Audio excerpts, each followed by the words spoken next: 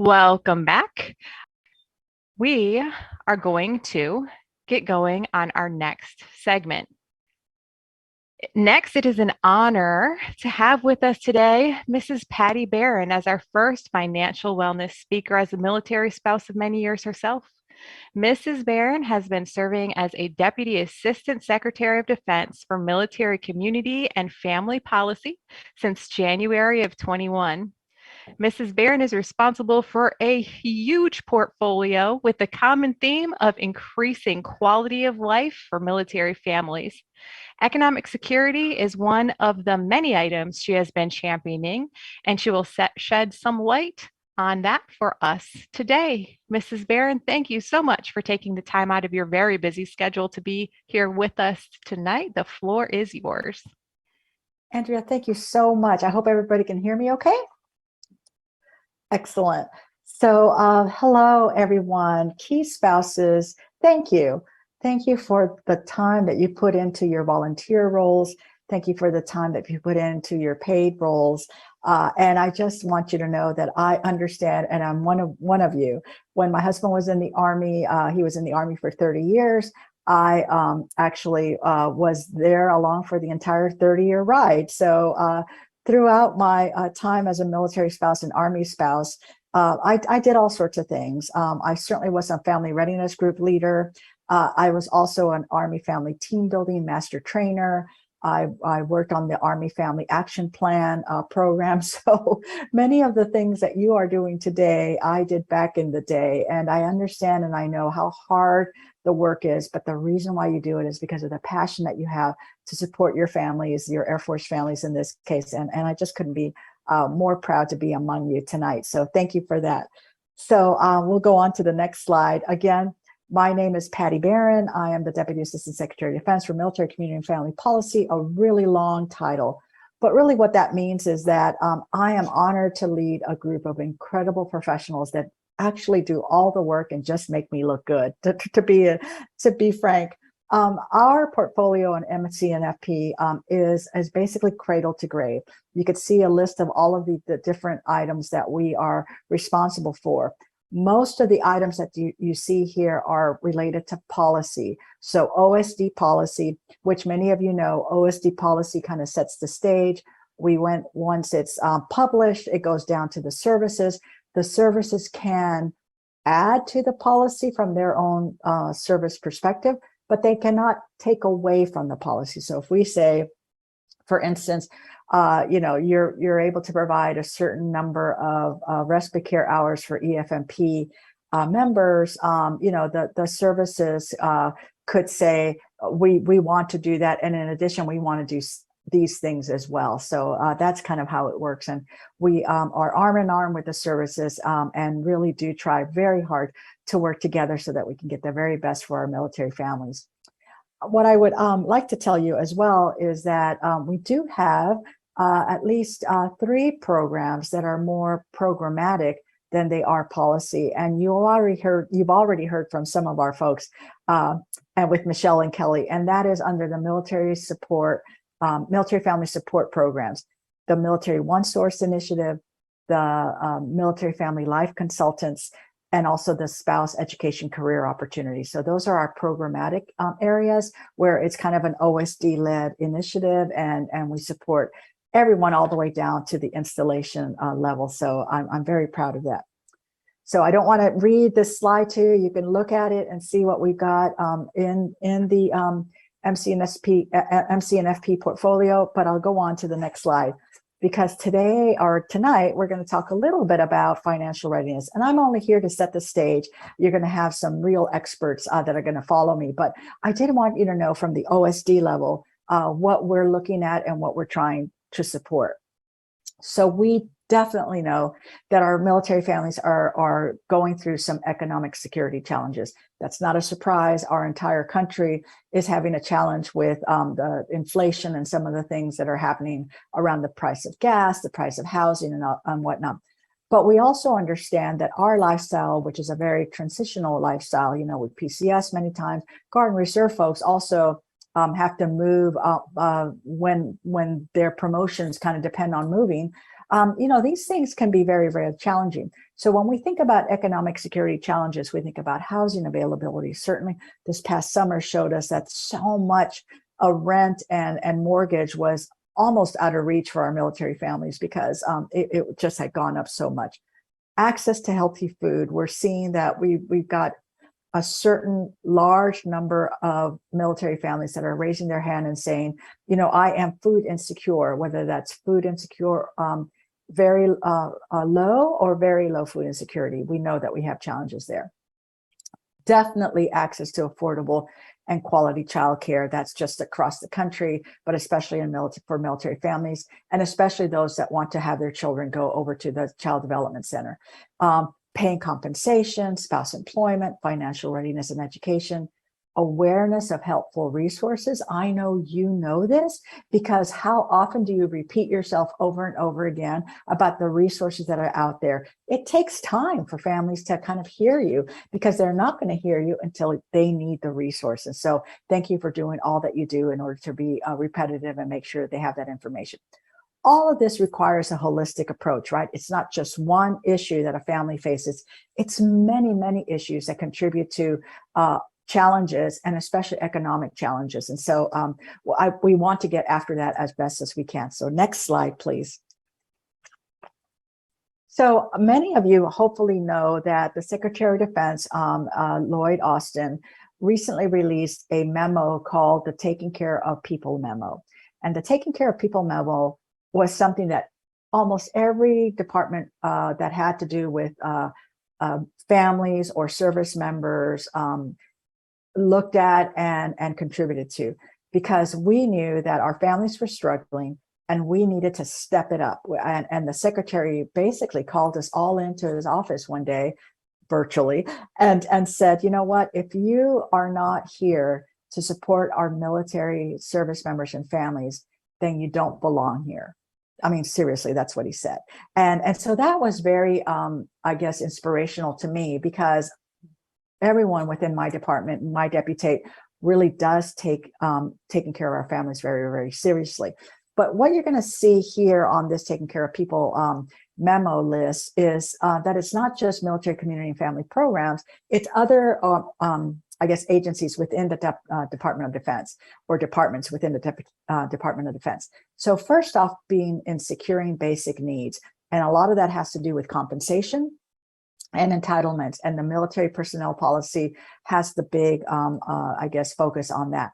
Making military moves easier. Again, it has to do with TLA, the travel dislocation allowance, and other things that make moving hard for our military families, especially when they have to reach into their pockets and pay out of pocket for things that some of these entitlements don't cover.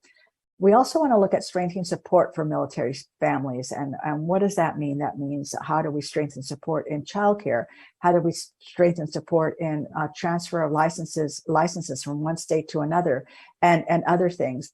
And then, of course, expanding spouse employment, because many of you know, and I'm sure many of you have experienced, when you're PCSing from one place to another, if you're a working spouse, many times you have to stop what you're doing in one place, and you really have to take some time before you can start in another place. And that has a lot to do with just the time it takes to travel from one area to another, the time it takes to set up a new home from one area to another, the time it takes to get your children set up, or or kind of get into a new battle rhythm, but very much the time it takes to find new employment. And so expanding spouse employment opportunities is very important to all of us. It's a big criteria for our family or our service members that are married, because dual income is the norm, not the exception, as it used to be when maybe I was growing up in the military. Okay, next slide.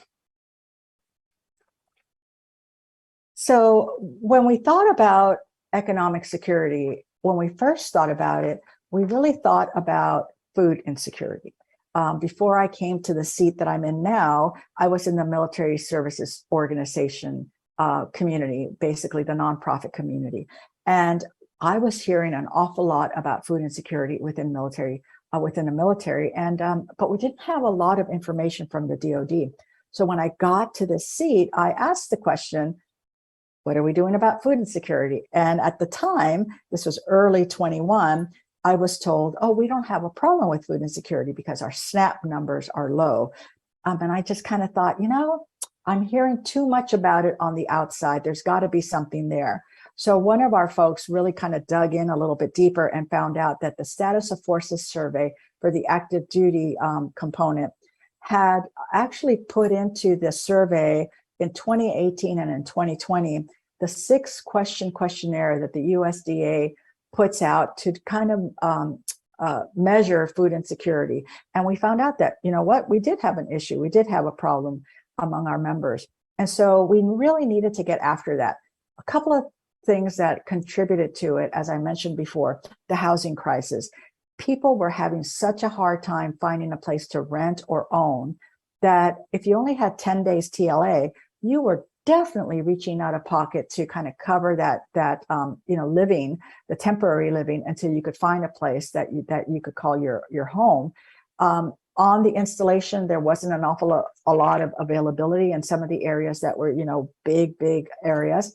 And certainly finding a home to rent was difficult. Many of the renters knew that it was kind of a renter's market, so they would make rules such as no pets allowed. And if you're a military family like mine, you know that if you have a pet, the pet is a member of your family and you're not just going to get rid of your pet. So then people would then turn to, maybe I should go ahead and buy a home.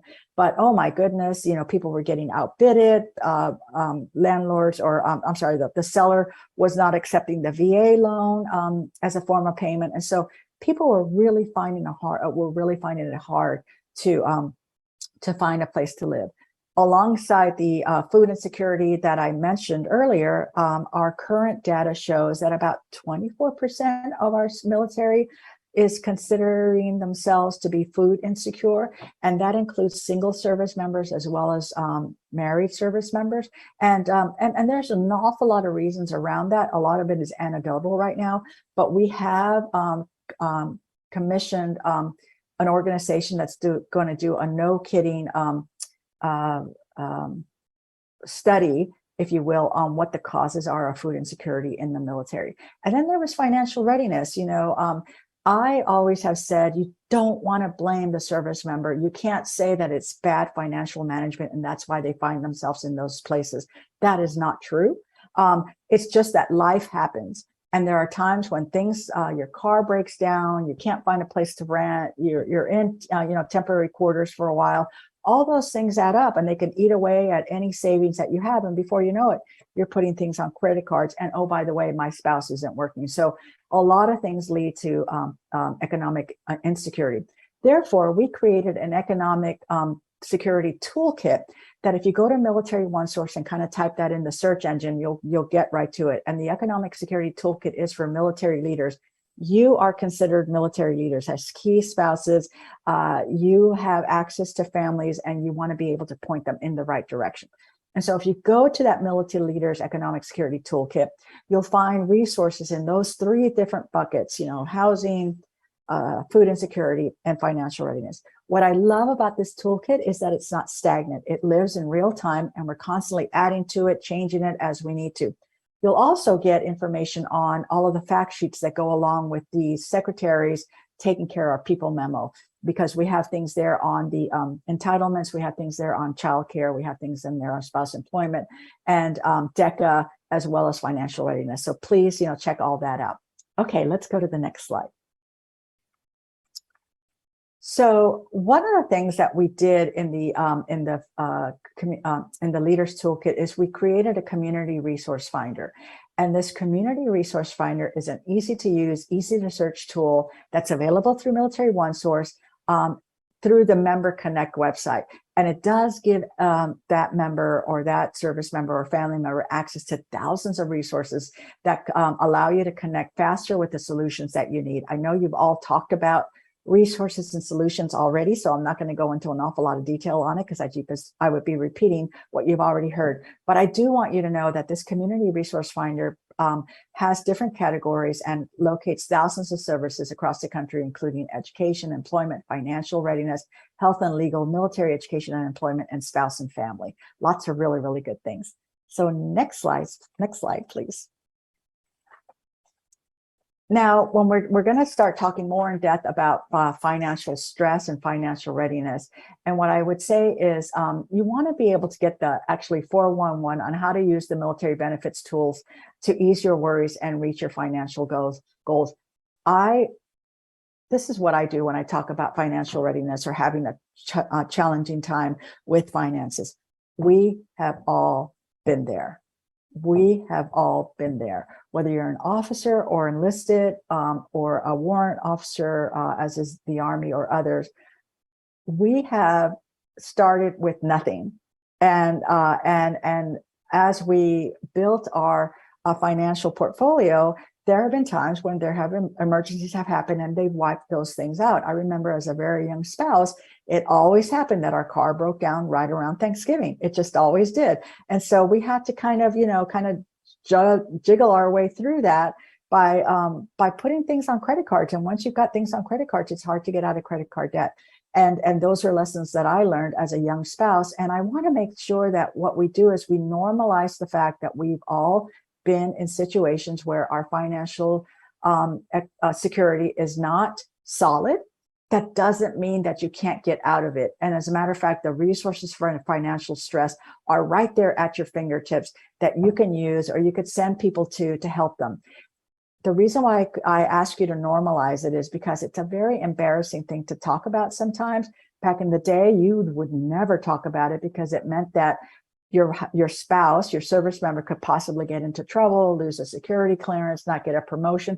That's not the case now. What we want is we want service members to use these tools to help them get out of any financial challenges that they might have so that they can start to reduce that stress that's on them, because that kind of stress leads to other types of stress that can really become very difficult and sometimes dangerous. So the next slide, please. So what I'd like you to do is I'd like you to think about how we can help you. And I know you've already heard about some of these resources already, but please download the Military OneSource mobile app. It's got tons of great information at your fingertips. Share it with everybody. Let your folks, your younger families especially, know about it. You want to subscribe to our Military OneSource and SECO e-newsletters. There's tons of great information there all the time. Unfortunately, I get my e-newsletter through the Pentagon email address that I have. So it strips all of the wonderful graphics off of it. But I'm sure that when it goes out to other accounts that you could see some of the cool graphics that are aligned with it and the photos that are aligned with it. You want to take, if you can, the Air Force KeySpouse initial trainings on MIL life learning. They're not hard. They're really chock full of great information.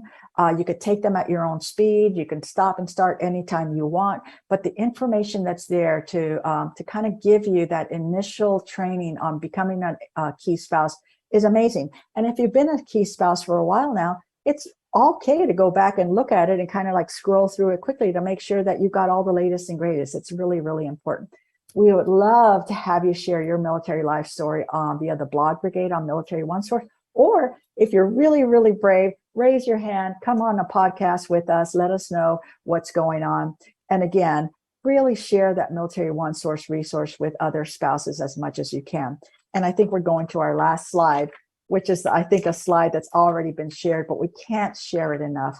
Military OneSource has a comprehensive range of support for almost anything that you can think of. And I'm so incredibly proud of those resources. What I would say is that this resource augments the support that you provide your families. It augments the support that the Airmen and Family Centers provide families. And so it doesn't replace it, it just augments it. And it provides even richer, fuller resources. So whatever is going on in your airmen and families' life, you can really support them and point them in the right direction. So I think I've almost at my 15 minutes of fame. I'm going to stop here, but I just, again, want to thank you for all that you do as a volunteer. It's just really just makes my heart so full to know that there are still people out there that care enough to volunteer their time. So Andrea, back over to you. Thank you so much, Mrs. Barron. We appreciate your leadership and your advocacy to ensure that military families have all kinds of resources, especially financial resources. They need to be well and prosper. I also think you started maybe a couple of hashtags for us. Life happens and hashtag we've all been there. So true. So thank you for your relatability and your zest for the topic to make sure that we're all supported and taken care of. Thank you, ma'am. All right. Well, Mrs. Barron is hard at work on initiatives at the Department of Defense level. There are also Department of the Air Force and installation level resources available. Our next speaker, Miss Sharon Lisby, is a program analyst at Airmen and Family Operations Branch AFPC, and she works to ensure that airmen, guardians, and families have financial training and education available and that it's good. So, she's here to tell us more about it. So, Miss Lisby, take it away. Thank you, Andrea. As Andrea mentioned, I am the program analyst for personal financial readiness here at AFPC. And today I just wanted to take an opportunity to maybe talk to you all about some tips and things that maybe you've already heard of, or maybe you haven't, or maybe you have heard of it, but you forgot, because there's a lot of resources out there. So like Mrs. Barron was mentioning, it's been kind of a tough economic time. And I'm sure that there are some impacts on you and your family and their financial readiness as far as what's happening with the economy.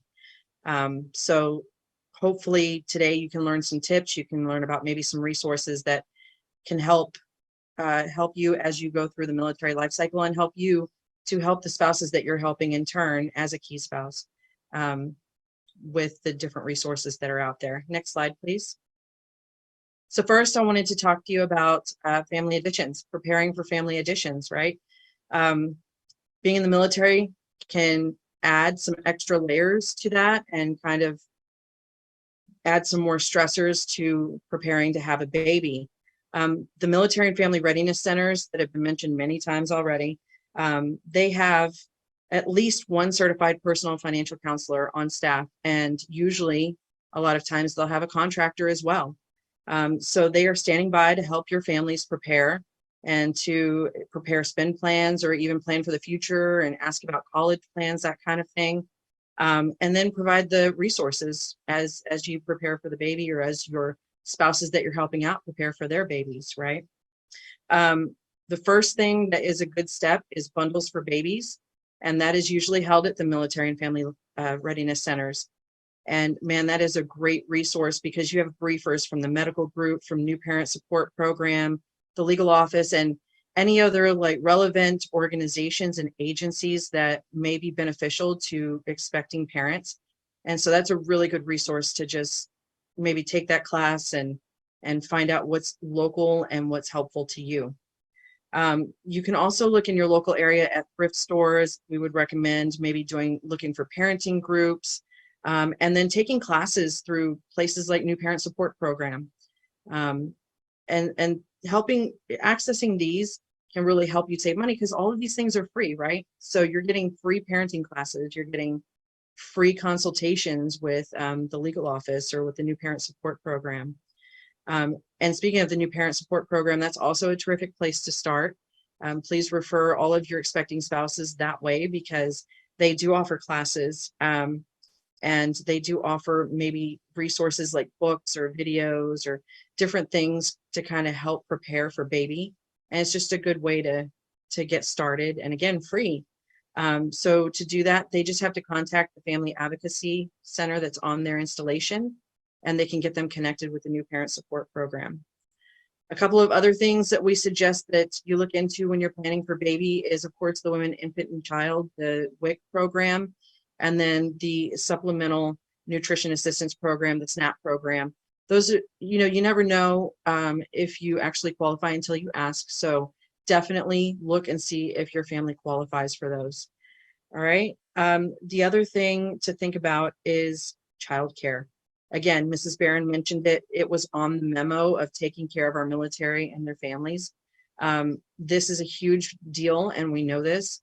And as she mentioned in the memo, that was one of the highlighted points. So what's happening is the DoD has pledged to expand the CDC coverage, and also to kind of initiate some things to entice really high quality workers to work for the CDC. So they are making steps to try to help with the child care issue. And the best thing to do is to go to the Child Development Center on the base and ask about how much you would pay, the rates that you're going to pay, what the wait list looks like, and then what other resources there are in the local area as far as childcare goes. Next slide, please. All right, so permanent change of station, the PCS. There are so many things to think about with PCS and so many ways that your finances can be impacted by a PCS. So again, we mentioned military and family readiness centers before. They can help with the planning and the preparation, and they actually have several different sections that can help you cohesively with PCSing. The financial professionals that we mentioned earlier, they can help with a projected spend plan. They can actually look at a comparison between what your finances look like now versus what your finances are going to look like in your next location, because your pay may be different in that next location. You want to see how it's going to play out, right? So that is something that they can definitely help with. Also, every MNFRC has a relocation assistance program. So you can go to a smooth move, or you can, when you reach your location, go to an orientation and you can learn about the local resources. That relocation assistance program can kind of tailor the resources that they're giving you to your family. So it's not a, a cookie cutter, here's a list. They're going to help you find what you need for your family. And that can be for the losing and the gaining base. You can reach out to both centers. It is absolutely okay to reach out to the center at your gaining base, to ask to be connected to the agencies before you get there. And that'll help you make your move more smooth. All right. Another thing I would suggest, I recommend that you make an appointment with Military and Family Readiness Center staff regarding employment. Mrs. Barron talked about employment earlier. Again, we know that that is a huge hot button topic for our spouses, and it's something that we're working on all the time. It's something that DoD is working on all the time. Our Readiness Center staff, they can help with so many things, including talking to you about the employment outlook, where you're going. How's that going to look when you get there? How likely are you to find a job quickly? That kind of thing. And of course, they can help with resumes or connecting you with somebody at the next location. And if you're a licensed professional, those teams can also offer information about the portability. They can kind of give you a heads up on what the costs and fees are going to be and what you may be eligible for on the other side. So those are things to think about financially when it comes to employment and when you're in the middle of a PCS. Also, something to talk about with your financial counselor at the MNFRC is the possibility that you qualify for unemployment when you get to your new location. So they can kind of tell you if you qualify depending on the state, and then they can make those referrals and kind of connect you with the right resources to make that happen. Something else to remember is the MNFRCs, a lot of them, or sometimes it's another on-base agency, they'll have a loan locker or a lending closet. And that is so, so helpful during a PCS. If you've never used one, I can't even tell you enough how helpful it is, so that you're not buying duplicates when you get to your new location. You're just borrowing things, and that can save you a ton of money in the long run. And now we're going to switch over to PCSing your allowances. Allowances can be kind of confusing and complicated when it comes to PCS. So I saw on the poll that I think only 7% of you would use the Defense Finance and Accounting Service, the DFAS website, for your knowledge. I would up that if you could, and I would encourage your spouses to up that too. I think a lot of times they think it's for military members, and it can be for spouses because they have a breakdown of the different allowances and what you and your service member are eligible for during a PCS. Mrs. Barron mentioned the TLE, the temporary lodging expense. And that is something that can help. It's only for continental US moves, but it can definitely help out with meals and with lodging. And then the dislocation allowance can help when you're actually moving into your new house. So the initiative with the memo says that with temporary lodging expense, it's normally 14 days, but if there is a housing shortage at the location that you've moved to, they'll extend that. They'll extend that up to 60 days. And so that can help you, if you have to stay in lodging a little bit longer. Just something to think about to help save that money. Next slide, please. All right, and last, we'll talk about preparing for deployments. So we're going to talk about ways to ease the load on your wallet while you're going through deployment, right? So while the service member is deployed, we definitely urge the spouses to take advantage of programs to help them save. And a big one is the Give Parents a Break program. You know, that is free childcare at a child development center. Typically, it's once a month, it's for 6 hours, and it's free. It's free childcare to it is exactly what it sounds like. Give parents a break, to kind of take a break, step back, take a breath while their service member is deployed. And that is just so helpful to our spouses while their service member is deployed. And then, did you know that during deployment, you can save a ton of money while your service member is deployed through the Service Members Civil Relief Act? And that is a huge thing that not a lot of people take advantage of. But the SCRA, as we call it, it can be extra helpful at this time whenever you need extra cash because your service member is gone and you may have some extra burdens on you. So some options, you would call your creditors and ask them to lower the interest rate while the deployment is happening. A lot of them will do that. And then that last bullet, save money on insurance. Call the insurance companies and ask them if they can lower the insurance on the service member's car if nobody is driving it, but also check the policy to see if they will also cover what the service member is taking with them on deployment. There are some insurance companies that will actually cover what the service member is taking with them, whether it's backpacks, laptops, any other high value items, so that if they get damaged or lost somewhere in transit or while on deployment, those are covered as well. And those are all things that can save you money. Right, last slide. So to finish up my part, I think the most important things to consider are military and family readiness centers are vital. They have those certified financial counselors and other helpful staff members with relocation, with readiness, all of those things. The biggest cost savings that you will ever see is the MC&FRC financial counselors. And I say that because on the civilian side, financial counselors sometimes charge up to $100 an hour for their services, and we're providing it to you for free.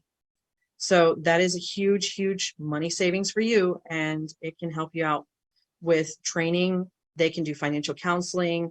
They can help you do your spend plan. They can even help you understand thrift savings plan or plan your estate, college planning, anything that's financially related, anything that they can help with to help you leverage your money in the best possible way. On the resource list, I already saw it once during this briefing, but the Military Spouse Money Mission, if you haven't looked at it, take a look at that website. That's a great place to go for spouses. They have financial videos, they have blogs, they have a community page where you can interact with each other and ask and engage with each other.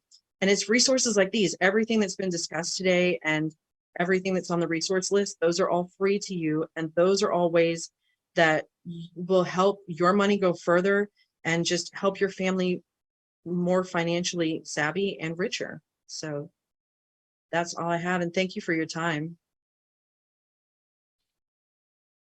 Thank you so much, Ms. Lisby, for sharing those financial resources with us. I encourage you all to check them out and share them. I think all of us have an interest in making our money go just a little bit further. I know that at least feeling like our financial situation is in good order can help with our overall wellness as well, because it's just one less thing to stress about. So thank you for sharing those resources, and check them out, everybody. You're welcome. Thank you. Yes, ma'am. That takes us to our final segment, our Key Spouse Best Practices panel, which will be facilitated by Ms. Denise Blount. Ms. Blount is the Personal and Work-Life Program Manager at AFPC, Airmen and Family Operations Branch. Over to you, ma'am. All right. Good evening, everyone. Or good morning, good afternoon to everybody around everywhere. What an amazing series thus far. I mean, there's so much great information that we've received from the helping agencies, and we've learned about so many of the resources and tools that are available to us. But I think we can all attest, right, that it's one thing to know about the resources and tools, and another thing to actually utilize them. And that's what we want, right? I mean, we want people to utilize the awesome tools and resources that are available.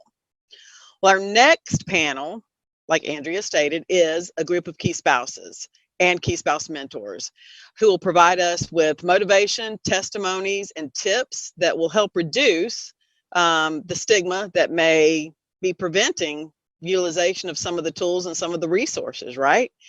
Our first speaker is Miss Heather Campbell, and Miss Campbell is a key spouse mentor, and she serves in a variety of advisory and subject matter expert roles to organizations in the fight against military food insecurity. So we are so excited to have Miss Campbell.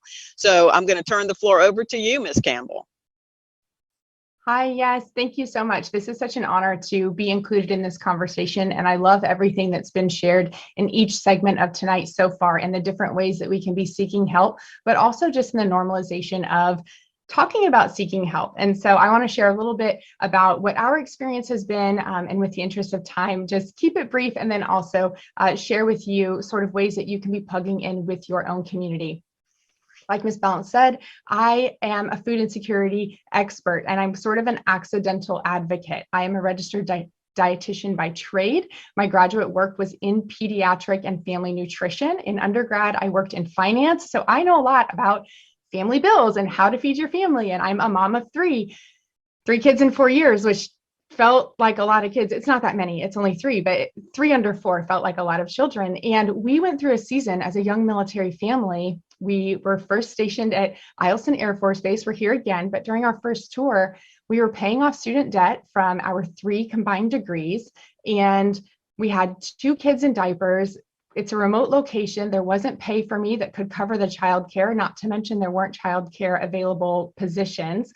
I would have needed to have a job before we moved up in priority list, but I couldn't accept a job until I knew I had childcare for 2 kids under the age of 2. So we just fell through all of these cracks, and we finally got to a point where we really struggled to put food on the table. And it was a difficult conversation because we were a young officer family, and there was sort of an underlying assumption that, you know, our finances looked this one way or this, and this was back in 2015. And I know we heard earlier, the conversation of food insecurity in the Department of Defense didn't really get opened until 2021. So here I was, this expert, not knowing what are we doing wrong. And part of the difficulty was I have this background, I have this training, I was a key spouse, and I knew what to do, and we were doing all the right things, driving older cars and not eating out and getting secondhand clothes, and we still couldn't make all of the numbers work. And we didn't qualify for WIC. We didn't qualify for food stamps. All of the financial counseling was how to have a budget. And I truly felt like we were doing it wrong. And I thought that in that season of being so remote and having a young family and a husband gone a lot, I thought that motherhood was hard because I must not be a good mom, and marriage was hard because I clearly must not be a good wife, and that finances were tight because I wasn't working, and that the burden on our family was actually me, and that I was the one who was making it so difficult. And so when we talk about mental health, when we talk about looking for food support, when we talk about economic support, all of these things are really interlinked. Not only do I know that as a clinician, I know that from experience. I've walked through it. So one of the things that I've been able to do now that we are no longer in that season is raise some awareness about the complexity of this topic and have conversations where I sort of get to raise that actually finger and say, actually, did you know this about food stamps? Or actually, did you know this about how COLA is calculated? Or actually, did you know this about the WIC department? And those actually fingers have taken me all the way into conversations with senators. And fun fact, for those of you who don't know, lots of the problems are actually determined by Congress. They're not even things that we can change within the Department of the Air Force. So we have an opportunity as key spouses to point all of our families to where they can look for solutions. Our MFRC, Military One Source, local organizations in your community, food banks, employment assistance, all of these different places that we can say, hey, here's where you can get help. Here's what you can do while we wait for acts of Congress to change things. And one of the things I would definitely encourage you, and I know our Air Force Spouse of the Year, Heba, would echo me on this, that contact your legislators. Figure out where you can call people. My hometown is in Nebraska, and I have a sister who lives in California, and we own a home in Alabama, and I live in Alaska. These are all places that I can plug in that address on the Congress website, and I can contact those legislators and say, hey, let me tell you about my experience. Let me tell you about my community. Let's talk about how you can help us stand in the gap for military families. Thank you. Thank you so much, Ms. Campbell. We really appreciate that. And I really think that, you know, a lot of us can absolutely relate to some of those issues that you were expressing. So we really appreciate you sharing with us. Okay, our next speaker is Miss Amy Seelix, and she has been a military spouse and advocate for the Department of Air Force Families for the last 19 years. She is a key spouse, and she's passionate about the importance of morale for both members and their families, while advocating for greater family support with the hopes of strengthening the continued commitment of our guardians. So, Ms. Seelix. Thanks, Denise. Thank you, everybody. I'm the key spouse for the 328th Weapons School, or excuse me, Squadron, located at Nellis Air Force Base in Las Vegas, Nevada. For those of you who are unfamiliar with the Weapons Instructors course, it's also known as WIC. It is a 6-month-long rigorous course that is executed by the 328th Weapons School under the training Delta 1. Also, for reference, all weapons school graduates are referred to as patches. Unfortunately, due to the nature of this course, service members are separated from their families for an extensive period. Additionally, due to the intensity, frequent travel, and long hours, connection between students and their families is often strained. We're all aware of how challenging this lifestyle can be and the impacts that it has not only on our guardians, but as spouses and families as well. My husband went through the weapons school. I needed more support than I had ever prepared myself for, both while he was a student and after he graduated. Shortly after graduation, he was sent on a short notice deployment, which of course heavily impacted all of us. I had unfortunately little to no support from his home unit. However, and thankfully, I had another spouse and her family step up and give my boys and I the support that we so desperately needed during that time. From across the country, this family was able to help us survive this separation and helped us not feel like outsiders or a burden to the Air Force. I told this spouse then that I didn't know how I was ever going to repay her for what her family had done for mine. And her response at the time was to pay it forward. Excuse me. When we knew that we'd be coming back to the 328th as a family to instruct, I knew that there were going to be spouses and families just like mine who were going to desperately need that support as well, the support that I needed at one time. An opportunity I saw was how to collectively care for each other based on our own experience and to essentially pay it forward. Weapons Family Supporters is a Facebook group that I created consisting of fellow patch spouses who are committed to supporting weapons school students and their families as they go through this course during deployments. This group consists of like-minded spouses who set the standard for caring for one another to better the whole family unit and not just the member. Individuals who are actively participating and assisting in various levels of support when needed, who see the need for change excuse me, in ways that the spouses and families are supported within the military and are willing to make efforts in changing those. To build a stronger Space Force spouse using the span of our own influence. With each class, this group gains more and more traction, more ideas and participants. And after each class, the newly appointed patch spouses now have the opportunity to join the supporters group and pay it forward for future student spouses and families of WIC. The support provided is simple. We are reaching out and asking how are they doing. We're sending birthday cards and letters of encouragement and asking, if coordinating assistance when needed.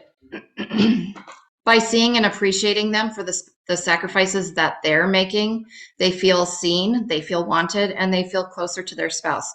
ultimately making them a stronger guardian unit. This group of spouses focuses on helping each other, and by doing this, we are connecting with the student spouses and establishing a safe space right from the start, showing them that they are not alone and giving them an open door so that if they need help, have questions, or just need to vent, they feel comfortable in doing so. Our group focuses on leaving each other feeling loved and included. This group is my pay it forward, all because of the help that I received from one spouse. To wrap this up, I'd like to highlight that we, as spouses, are each other's biggest resource and advocate, and there's no one else who's going to fully understand what we are enduring on a daily basis. I'd also like to share with you all a message I received from one of our spouses who was supported to highlight what a small, simple gesture can do for a spouse. She had just delivered her second daughter while her spouse was in weapons school, and we wanted to celebrate and recognize that life-changing event that she had just gone through. Dear military family, thank you so very much for my gift card. There has not been a time since becoming a military spouse that I honestly felt supported and, quote, seen by other spouses until now. I deeply appreciate your care, love, and kindness surrounding my pregnancy. Thank you so very much. Love, Miss Cottrell Green. Miss Green is now a supporter and is paying it forward to all the student spouses and future student spouses that come in through the weapons school, or with our squadron anyway. That is so awesome. Thank you, Miss Felix. We really appreciate that. That is such a great support for the spouses that come into your area, and paying it forward. That is such an amazing story. So we really appreciate you sharing that, and vital to the spouses. Absolutely. That support means the world. So thank you for that. Our last speaker is Miss Erin Leonard, and she has been an Air Force spouse for over 22 years. She's been a Key Spouse as well as a Key Spouse mentor at both the group and the wing levels. So happy to have you. Man, the floor is yours, Miss Leonard. Great. Thank you so much, Denise. And thank you so much, Heather and Amy, for sharing your personal experiences and needing help, and then also paying that forward and helping others. So thank you so much for that. So what I'd like to talk to you about this evening is the stigma associated with asking for help. So as we know, the effects of stigma in seeking help can feel insurmountable. It can often amplify feelings of hesitancy in seeking help. It can oftentimes increase feeling of overwhelm, nervousness, increased anxiety, stress, uncertainty. And it really is just super awkward and embarrassing to say, I need help. So it's up to each of us as Key Spouses within our military communities and with our military communities to do what we can to change the narrative around seeking help. As Key Spouses, many of us know the resources both on our installations and in our communities. But we also know and are keenly aware of how busy their workload is and how oftentimes accessing that help can be really hard to attain. This, of course, makes receiving help exponentially more challenging. It's just layered. So what can we do within our communities to help support those seeking help, waiting for that help, and to reduce the stigma?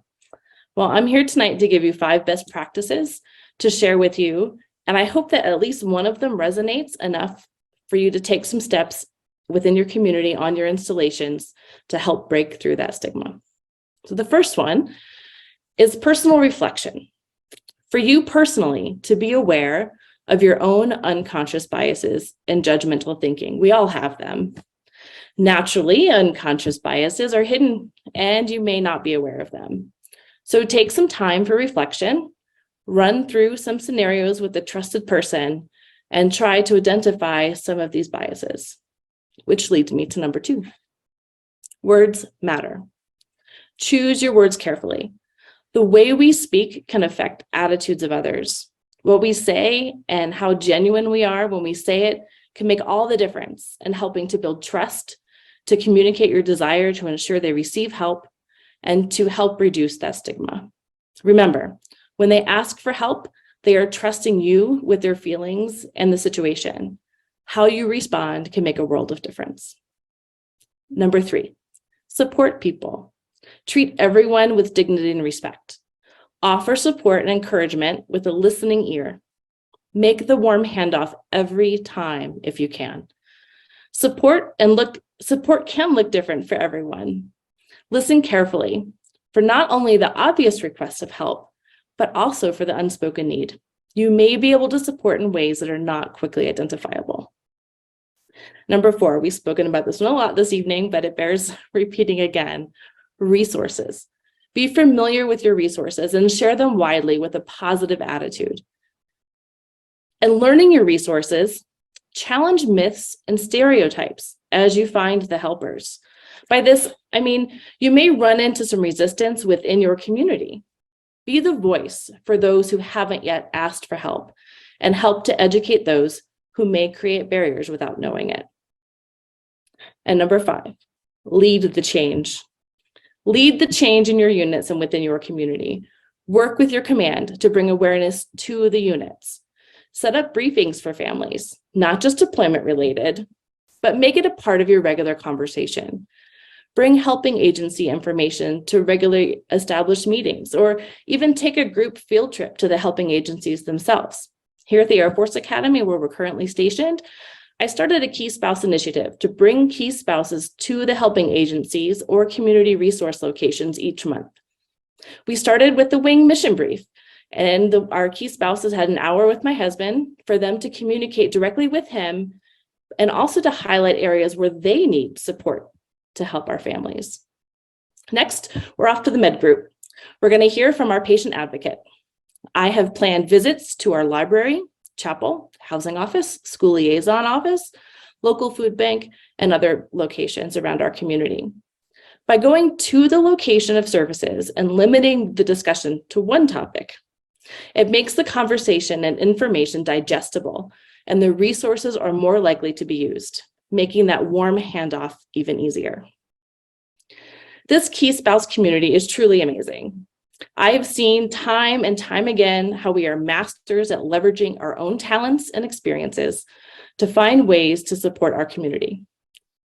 Remember to lean on each other and to brainstorm and collaborate in finding community solutions. Key Spouses stand in the gap within our community. We see what others cannot, and we can play a huge part in removing the stigmas faced when asking for help. Thank you so much for volunteering, and thank you for your time tonight. Thank you, Ms. Leonard. We really appreciate you coming on and speaking with us. We appreciate each of you taking your time to talk to us tonight. There's nothing, like each of you have stated, there's nothing that can't be accomplished when we work together, right? And when we support each other. It all starts with us. Thank you guys so, so much. I'm going to turn it back over to Andrea. Thank you, Ms. Blount, for leading the discussion, and Mrs. Campbell, Ms. Felix, and Mrs. Leonard for sharing your tips and testimonies. That was awesome. Thank you so much. As mentioned, all resources from today will be posted at the AFPC Key Spouse page, which can be found by following the link we've posted in the chat. We can post again in the chat, or Googling AFPC Key Spouse, and we'll make those available by early next week. Additionally, please hang around after comments from Mrs. Brown and Mrs. Saltzman. It would be really helpful if you could take a really quick 6 short question survey on how you felt this engagement went. The information that you provide will help us moving forward with our next series. And as you likely know, the Key Spouse program is in the midst of a reform based on feedback we've received from you, based on feedback from spouses, key spouses, and command teams. The program needs a new name. If you stick around to the very end, you'll have the first opportunity to vote on what that name will be. Spoiler alert, all these options are different than the ones you may have seen before. We believe these options best demonstrate the updated foundations of the program, which are readiness, resources, and connectedness. More to follow on the new Key Spouse program, because first, we need a new name. You'll get the first chance to vote today, and then we'll make the chance available to a broader audience for the rest of the year. Get excited. With that, I'm now going to turn it over to Mrs. Brown and Mrs. Saltzman for closing remarks. Thanks, Andrea. As Mrs. Saltzman said in the beginning, it's always great to hear from our experts, and they did not disappoint this evening. I appreciate that organizations across the Department of the Air Force have also taken a hard look at stressors and personal finances and are identifying ways as to how to best support our families. It's evident that our wellness in body, mind, and wallet is in good hands with all the support and initiatives throughout the DAF, or the Department of the Air Force. I would highly recommend going to the AFPC website just shared a few minutes ago for the complete list of resources mentioned here in this session. What an immense list of programs and resources. Heck, I'm going there to find that list because I think I might need a few things myself. To our amazing Key Spouses, remember that knowing your resources is important, but taking steps to use those resources when needed is even more important. Helping to reduce the stigma of seeking help is invaluable, and your testimonies are powerful motivational tools for our families. Thank you for being outstanding representatives of the Key Spouse community and for carrying the torch of support. Mrs. Saltzman, I hope you enjoyed our discussion today. What are your thoughts on your first Key Spouse engagement? Overwhelming. It is always just wonderful to see military families and military, anyone that's willing to help all of us. It just goes to show you that, once again, just Denise just said, and everybody reiterates, when we work together and we work for each other and everybody is always willing to lend a hand, and all of those, the testimonies and the stories, we all are in this together. And it's just really, it's heartwarming just to see, once again, that in wherever, whatever stage you are in, whether you've been in for a few years or you're just graduating from weapons school, we're all, if we can, we have all of these resources. We just have to find a way to make sure that everybody has access to them, and that we do reduce stigma with asking for help, because we all need help and we all need help sometimes. And it goes to show that all these great Key Spouses and people and, all of the panels, they're all out there. They're fabulous and wonderful people. And thank you so much for inviting me. And I am excited to hear more. And once again, I think when we put our minds to it, there's really nothing that we can't accomplish. So, and Andrea, thank you so much. This is fabulous. You are an awesome facilitator, and I appreciate it so very much. Thanks. Thank you so much. Thank you, Mrs. Brown and Mrs. Saltzman, for those comments. Thank you all for joining us. We'll stay on the line to know any additional questions. Please do bookmark the AFPC Key Spouse webpage for more information on the Key Spouse program, past engagement series events, and follow up to this event. Naturally, we want your feedback on this session, and that is the first QR code. So please give us your feedback and then give us your vote on what the new name of the Key Spouse program will be. We hope to see you next time. Thank you.